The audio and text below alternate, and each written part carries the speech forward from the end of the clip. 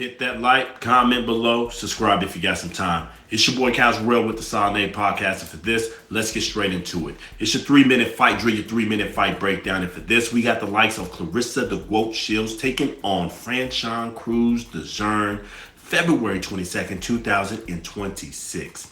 How do we see this championship fight in women's boxing going? No surprises here.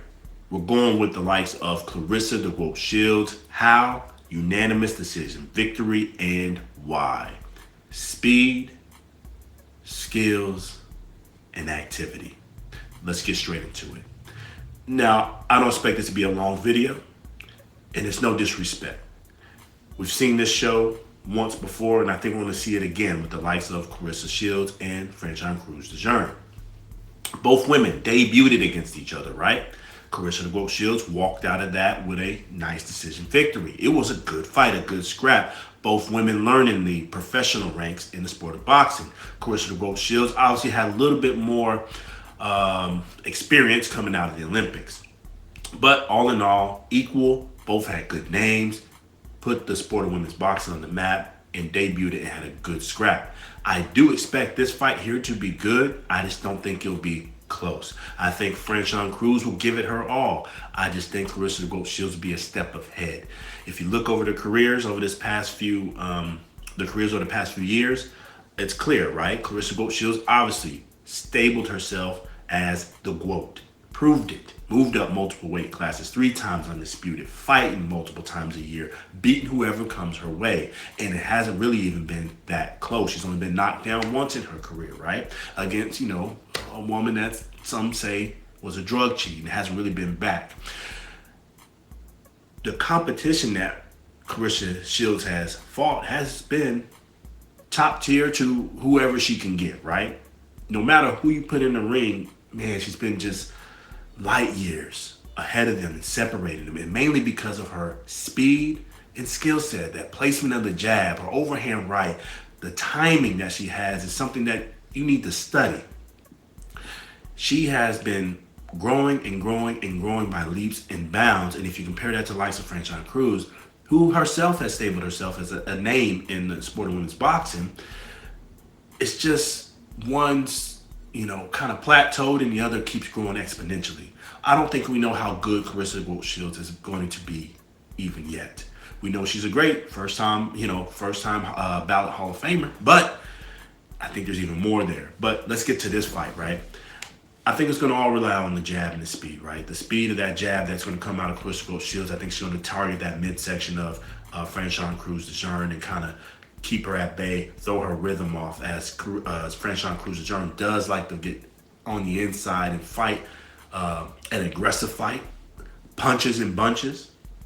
Claressa obviously knows that, and I think she's going to use that to her advantage, be a counter puncher in this fight, and really have the more clean, effective shots throughout this fight, and really wear Franchon Crews-Dezurn down.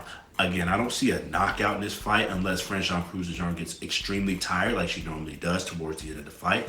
She does have somewhat of I hate to say stamina issues, because she does let her hands go from rounds 1 through 10, but she can get a little sloppy, if that makes sense. Now, Franchon only taken 2 losses in her career, right? And that other loss, outside of Claressa the GWOAT Shields, was to the likes of, I believe, Savannah Marshall, if I'm not mistaken. And in that case, I actually scored it for Franchon Crews-Dezurn to win that fight.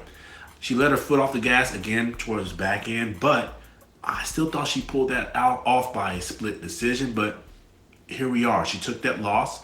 The other loss that she took is to Alondra Jimenez, who ended up being a drug cheat. Both of these women, meaning Franchon Crews-Dezurn and Claressa the GWOAT Shields, have run into that issue throughout their career. And why? Because both of these women come to fight, and both of these women are talented. Every person they have fought has had to bring their A game. Every person they have fought knows what type of fighter they're stepping in with.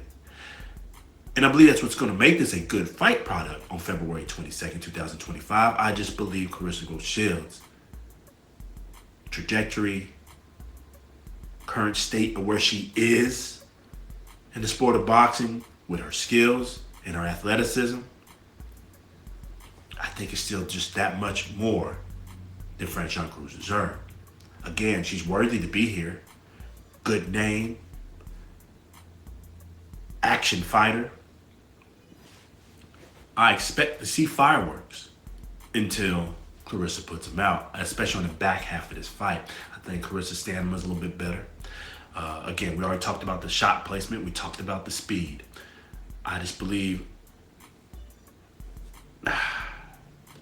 we're going to probably see something similar to what happened between Shakur Stevenson and Teofimo Lopez, if that makes sense. But a little bit better, a little closer. But if you get what I'm saying, you're going to see two highly skilled fighters. One's a good fighter, and the other one's a great. And when that great takes off and takes the fight serious, implements the game plan, you're going to see levels. And I think Franchon Crews is here, Claressa GWOAT Shields is here, and that's no disrespect. It's just when you're fighting a great, you have to bring a lot more to the table than just punches in volume and roughness. You have to implement the right game plan, capitalize on the weaknesses of Claressa Shields. She has some troubles fighting on her back foot.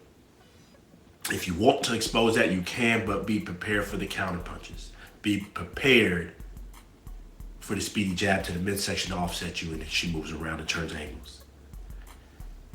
I don't believe Franchon Crews has the speed and the foot placement to keep up with a Claressa Shields and to really do what you have to do to beat a fighter like Claressa. You almost have to do what Williams and Pena did, again, to the likes of Shakur Stevenson, although he was not successful. Even Shakur in his interviews would tell you that was a tough fight for him because it wasn't just the volume. It was the placement of shots from Williams and Pena and the speed in which the punches were coming. See, Franchon Crews throws punches in volume, but that speed isn't there. I think to hang in with a fighter like Claressa GWOAT Shields, you got to bring the speed aspect with the volume, with the roughness. Now, you got to rough her up, and I think Franchon Crews can do that. She's going to have to weather the storm and walk through some of those early body shots that Claressa's going to put on her. If she can manage that, get on the inside, dig to the body of Claressa, because that hasn't really been tested too much on Claressa, then maybe she stands a chance. But for right now, we got to rock with the GWOAT. Speed, athleticism, skill set. Rocking with Claressa Shields. It should be a good fight. It should be a good banger. I see it going 8-4, favorite of the likes of Claressa GWOAT Shields, taking this fight again by unanimous decision victory. I just can't see it for Franchon Crews-Dezurn. I love her as a fighter. I support her as a fighter. It's just this one, we're going to see those levels again. Great versus good. Anyways, we talk way too long on that. Hit that like button. It's free. Comment below. And subscribe if you got the time. It's your boy, Couch Rebel, with the Sound 8 Podcast. Till the next time. Peace.